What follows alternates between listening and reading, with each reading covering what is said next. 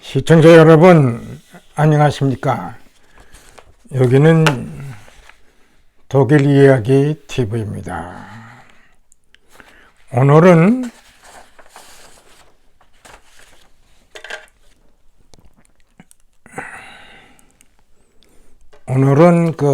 어떤 테마냐 하면은 중국의 요원한 미국 추격. 과연 중국이 미국을 추월할 수 있을까요?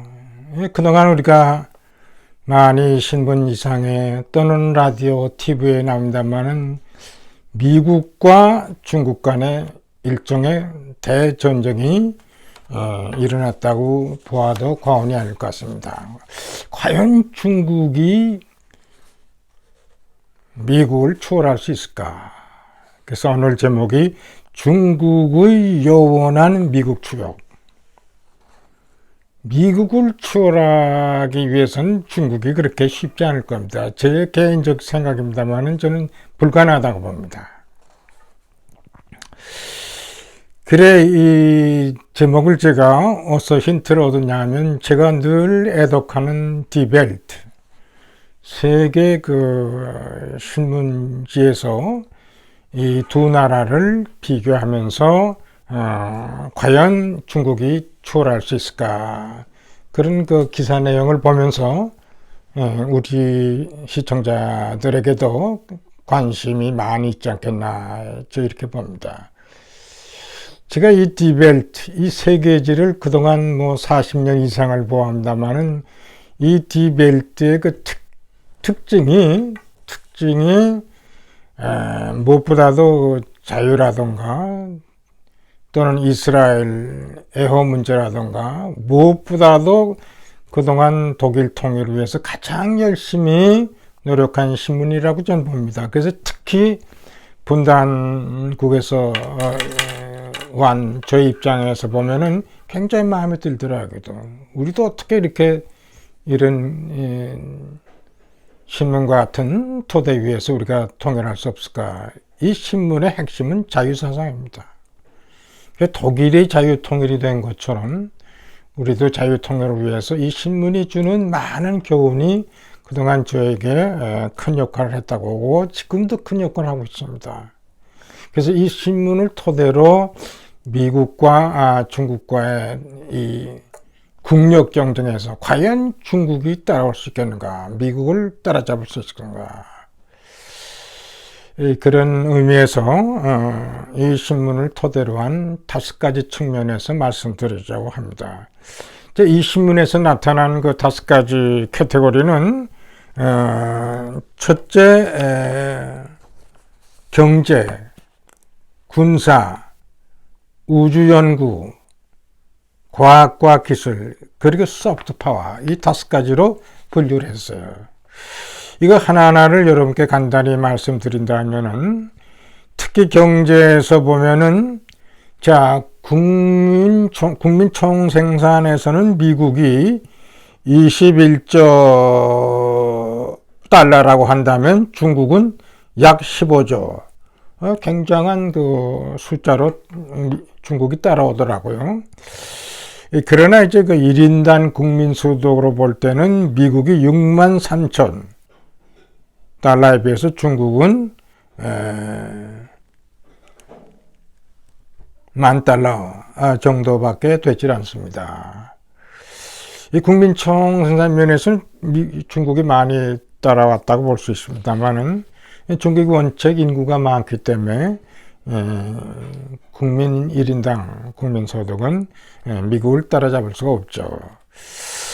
그 다음에 재밌는 이 신문의 소개는 과연 미국과 중국의 억만장자, 그냥 밀ион의 백만장자가 아니라 억만장자의 수는 얼마나 될까, 이렇게 비교를 했더니 미국이 614명이고 중국이 389명. 중국도 엄청나게 많은 숫자를 갖고 있더라고요. 중국에도 은근히 부자가 많이 생겼어요. 중국에. 근데 가끔 신문에 나옵니다만은 이 중국의 부자들이 많은 사람들이 공산당원으로 입당이 되어 있다는 사실이에요. 아니, 돈 많은 사람이 어떻게 공산당원이 됩니까? 그동안 공산주의 국가에서 보고 또 다른 나라에서도 공산주의를 표방한다고 하는 그런 가운데서는 돈 많은 사람이 공산당원이 될 수 없죠. 근데 중국의 경우는 재미있는 이런 현상이죠. 돈 많은 사람이 공산당원이랍니다. 자, 이렇게 경제면은 이렇게 이제 설명이 되고, 두 번째는 이제 군사면인데요. 스톡홀름에 유명한 시프리 평화연구소가 있는데, 그 평화연구소에 의하면은 예산면에서 미국은 7,780억 달러, 중국이 2,400억 달러, 엄청나게 중국이 모자라는 상황이 있죠. 또 핵탄두를 얼마나 갖고 있는가에 따라서 미국은 5,550개, 중국은 350개밖에 없답니다. 우리가 추산할 때는 굉장히 많이 가지라고 생각이 되는데, 핵탄두 면에서 굉장히 적은 숫자 같고, 이 시프리 평화연구소에 의하면은 북한이 40개 내지 50개를 지금 핵탄두를 갖고 있다고 합니다. 북한으로서 많이 갖고 있는 거죠. 이게 우리에게 위협의 존재가 안 될 수가 없는 겁니다. 지금 북한은 이 핵탄두를 갖고 핵을 그들의 체제 유지의 마지막 보루로 지금 하고 있잖아요. 자, 핵이 폭탄이 터진다면 어디에 터질 수 있을까요? 우리 서울문 남쪽 그 위에 다른 데가 없을 거 아닙니까? 제 이와 같은 것을 생각할 때 굉장히 우리는 북한의 위협을 받고 있는 거예요. 북한은 자기들의 체제 유지를 위해서 한다 하지만 최종적으로는 우리나라에 떨어질 가능성이 얼마나 있다고 생각합니다. 이걸 우리는 항상 주시하면서 여기에 대한 방어 정책을 우리는 안 할 수가 없는 그런 상황이 있다고 합니다. 그리고 무기 수출을 퍼센티지로 볼 때, 미국이 37%, 중국이 5.2%, 재미있는 거는 우리 한국도 2.7%라고. 자, 이런 수출 면에서도 미국이 압도적으로 전 세계를 커버하고 있는 거죠.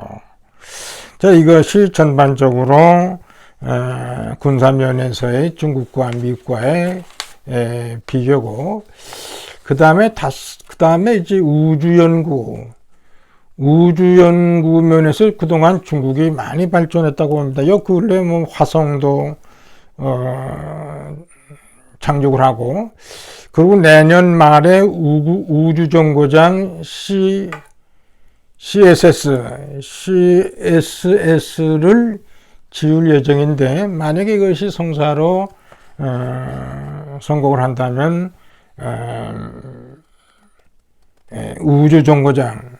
우주정거장 CS를 지을 예정입니다. 우주정거장을 만들 수 있는 그런 조건에 지금 중국이 왔다는 사실이요. 뭐 우주 연구하면 그래도 미국이 그동안 쭉 나사를 중심으로 지금까지 활성화를 해왔는데, 나사가 갖고 있는 예산은 중국의 2배로 230억 달러 연, 이런 예산을 갖고 있고, 스페이스X라는 기구는 세계 최고의 우주 연구 기관으로 지금 정평이 나고 있어요. 그런가 하면은 요새 뭐 전기차를 만드는 무스크라든가 또 베조, 이런 아마존 회장 같은 이런 개개인들도 지금 미국 우주 산업에 굉장히 인게이지먼트, 아주 관여를 하고 있지 않은가. 그래서 앞으로 이 우주 연구 경쟁이 우주 산업에서의 미국과 중국과의 경쟁도 앞으로 굉장히 치열하게 전개되지 않을까. 그 다음에는 과학기술입니다. 우리가 보통 과학기술 하면은 보통 기술을 자기들이 개발을 하면 특허를 어떻게든지 빨리 이렇게 신청을 해서 특허를 얻으려고 노력을 하는 거야. 중국의 경우는 뭐 그동안 많은 특허를 신청을 했는데, 양쪽으로는 지금 특허를 제공받은 그 숫자를 비교를 하면 중국이 압도적으로 이제 앞서는데요. 이 특허 청원을 통해서 특허를 얻은 건수는 중국이 6만 8천 개, 그 다음에 미국이 여기에 비해서 5만 9천 개.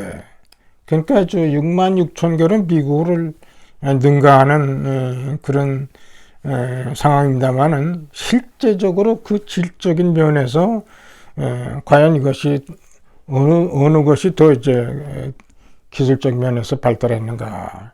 이와 같은 사실은 그 노벨 상에서 많이 나타나죠. 노벨상에서 나타나는데 중국과 미국과의 관계에서 미국이 노벨상을 375개를 땄다면 중국의 경우는 겨우 8개밖에 따지 못했어요. 비교가 안 됐죠. 그게 양적 모든 것이 중국은 그 땅도 크고 뭐 인구도 많다 보니까 여러 가지 면에서 양적인 팽창은 하지만 아직도 미국을 질적으로 쫓아가기는 아직도 여운하지 않나 이렇게 생각을 하는데 저는 사실 중국이 미국을 쫓아간다는 건 저는 불가능하게 생각합니다. 그다음에 무엇보다도 이제 미국과 중국과의 경쟁에서 미국이 이제 자랑할 수 있는 것은 소프트 파워입니다. 소프트 파워. 군사면 뭐 이런 것은 우리가 하드 파워라고 할 수 있지만 사실 한 나라가 모든 나라로부터 아주 참된 나라로 질적인 나라로 평가받기 위해서는 하드웨어, 하드 파워도 있어야 되겠지만 소프트 파워의 중요성은 우리가 잘 지금 알고 있지 않습니까? 소프트 파워도 중요한 거죠. 근데 여기에 비해서 이제 중국에 비하면 과연 소프트 파워가 얼마나 발전됐는가 의문을 갖고 있지 않습니까? 지금 미국은 세계적 차원에서 세 번째로 강력한 소프트 파워로 인정을 받고 있어요. 거기에 비해서 중국은 27번째로 되고 있습니다. 그리고 중국은 모든 이 소프트 파워 이 면에서 항상 그 제한을 받고 있고 여기에 그 간섭을 받고 있는데 비해서 우리가 잘 알다시피 미국의 경우는 이 소프트 파워가 얼마나 강합니까? 뭐 언론의 자유가 있죠, 필름의 자유가 있죠, 예술의 자유가 있죠, 음악의 자유가 있지. 여기에 그 국가에 일일이 간섭합니까? 이러면서 중국은 일일이 이 문화 측면에서 많이 간섭을 하죠. 제가 언젠가 문화국가라서 독일을 세계에서 제일 발전된 국가라고 소개했습니다만은 이 문화국가가 이것이 활발히 발전이 될 때 세계적으로 하나의 모범 국가가 되지 않나. 그러니까 하드 파워도 또 이 소프트 파워도 잘 균형이 될 때 국가다운 국가가 형성이 되지 않냐는 그런 생각을 합니다. 이러면서 중국이라는 것은 지금 미국과의 비교해서 간단히 설명했습니다만 모든 하드 파워 면이나 이 소프트 파워 면에서 중국이 미국을 따라가기는 역부족이라고 저는 봅니다. 앞으로 28년이면은 중국은 1949년 중국공화국 건설을 100주년으로 또 기념을 한답니다. 그때까지 자기들은 미국을 추월하겠다. 이렇게 지금 목표를 세우고 있습니다만 앞으로 28년의 세월이 남았어요. 앞으로 28년은 많은 그 변화가 좀 있으라고 봅니다. 과연 미국과의 경쟁에서 중국이 미국을 추월할까요? 저는 불가능하다고 봅니다. 오히려 저는 중국의 변화가 있으라고 봅니다. 이 시기에. 자, 중국에는 어떤 여러 가지 변화 가능성이 있어요. 자, 티베트 문제가 있죠. 티베트 망명정부가 자기들이 티베트를 찾으려고 그래요. 자, 신장 위구르족죠. 이 회교도에서 이것을 또 찾으려고 그래요. 홍콩은 홍콩대로 자치를 주장하다가 지금 옥제 춘향으로 지금 제한을 받았습니다만은 홍콩 주민이 앞으로도 그냥 가만히 있을까요? 또 대만은 대만대로 가만히 있을까요? 대만의 자기들의 독립을 주장할 거고 또 중국에 대해서는 여러 가지로 견제책을 하는데 대만이 앞장서지 않겠어요? 또 우리나라가 또 가만히 있겠어요? 우리나라가 참 이 북한과의 통일에서 자유와 이 자유시장 경제 속에서 우리가 통일될 때, 독일처럼 통일될 때, 이것은 엄청나게 중국에게 나는 영향을 준다고 봅니다. 우리의 자유 통일이 중국의 민주화에 영향을 준다고 저는 봅니다. 사실 등소평이 80년대 집권하면서 실용주의 노선을 취했어요. 그 유명한 말이 있죠. 고양이가 까맣든 하얗든 그게 뭐 문제냐. 쥐만 잘 잡으면 되지. 그게 실용주의 노선이에요. 그게 자본주의 경제체제를 받아들인 거예요. 지금 시진핑이 추진하는 중국의 경제도요. 외부에서는 뭐라고 하냐면 국가자본주의라는 말을 씁니다. 국가자본주의. 그래서 돈을 그동안 벌은 거예요. 근데 아직도 중국이 안 하고 있는 게 뭡니까? 시진핑이 들어가는 게 뭡니까? 중국 안에서의 정치적 개혁이에요. 정치적 개혁을 앞으로 해야죠. 중국에도 민주화가 들어와야죠. 자유의 바람이 들어와야죠. 모든 제한된 조건이 완화돼야죠. 지금 여기서 말하는 소프트 파워가 중국에도 들어가야죠. 그러면 시진핑이 꿈꾸는 앞으로 28년 중화공화국이 세운 지 100년을 축하하고 이제 우리는 미국을 추월했다. 그렇게 얘기할 수 있을까요? 하루가 달라지는 오늘날 국제정세에서 그렇게 중국 공산당이 다시 그때 자신있게 얘기할 수 있는 그런 말이 통용이 될까요? 저는 앞으로 28년 중국에 많은 변화가 일어나고 봅니다. 지금까지 설명했습니다만은 소프트 파워가 중국에 들어간다고 봅니다. 소프트 파워가 중국에 들어가면 중국은 자연히 변화 안 할 수가 없는 거죠. 전 그렇게 돼야 세계 평화를 위해서도 좋은 결과를 가져온다고 저는 봅니다. 여하튼 중국과 미국과의 지금 대두되는 경쟁에서 과연 중국이 미국을 따라잡을 수 없을까? 물론 지금 미국이 여러 가지 면에서 그 어려움을 갖고 있어요. 근데 제가 간단히 제 그 이웃과의 대화에서 제가 얻은 것이 뭐냐면 바로 제 우측에 그동안에 그 여교사로 생물학을 가르쳤던 여교사가 있었어요. 여사가 지금도 살고 있습니다만은 자주 우리는 대화를 합니다. 제가 그 대화 중에서 놀란 말이 뭐냐 하면은 지금 독일의 고등학교 김나지움만 졸업하고 많은 애들이 미국으로 간다는 거예요. 깜짝 놀랐어요. 여기는 거의 무료 공부를 하고는 등록금도 제대로 내지 않고는 미국 가서 취직을 한다는 거예요. 왜냐하면 미국에 월급을 많이 주니까. 제가 잘 아는 우리 교포 중에 잘 아는 두 가정도 여기서 의학 공부를 했어요. 다 지금 미국 의학 회사에 가가지고 돈을 잘 벌고 있어요. 공부는 여기서 하고 미국으로 가는 거예요. 저는 앞으로 이와 같은 경향이 불란서도 있고 뭐 유럽의 여러 많은 사람들이 미국으로 좀 지금도 향하고 있으면 많이 향한다고 보는 거예요. 또 미국은 이런 사람들을 지금 받아줘야 된다고 합니다. 그래가지고 이 정신 세계에서 미국은 미국대로 그래도 앞으로 세계 평화 질서를 위해서는 미국이 주도적으로 해야죠. 그러기 위해서는 별도의 많은 사람들이 머리들이 미국에 가가지고 미국을 지키는데 할 몫을 해야 한다는 것이 저는 봅니다. 세계 평화를 위해서는 미국이 우리를 이끌 수밖에 없어요. 여전히 미국이 경찰적인 역할을 전 한다고 봅니다. 앞으로. 여하튼 지금 미국과 중국과의 경쟁에서 과연 어떻게 이것이 전개될 건가 이런 그 많은 사람들의 관심을 갖고 있다고 하기 때문에 제가 독일 디벨트지를 토대로 간단히 여러분께 설명을 드렸습니다. 시청해 주셔서 감사합니다.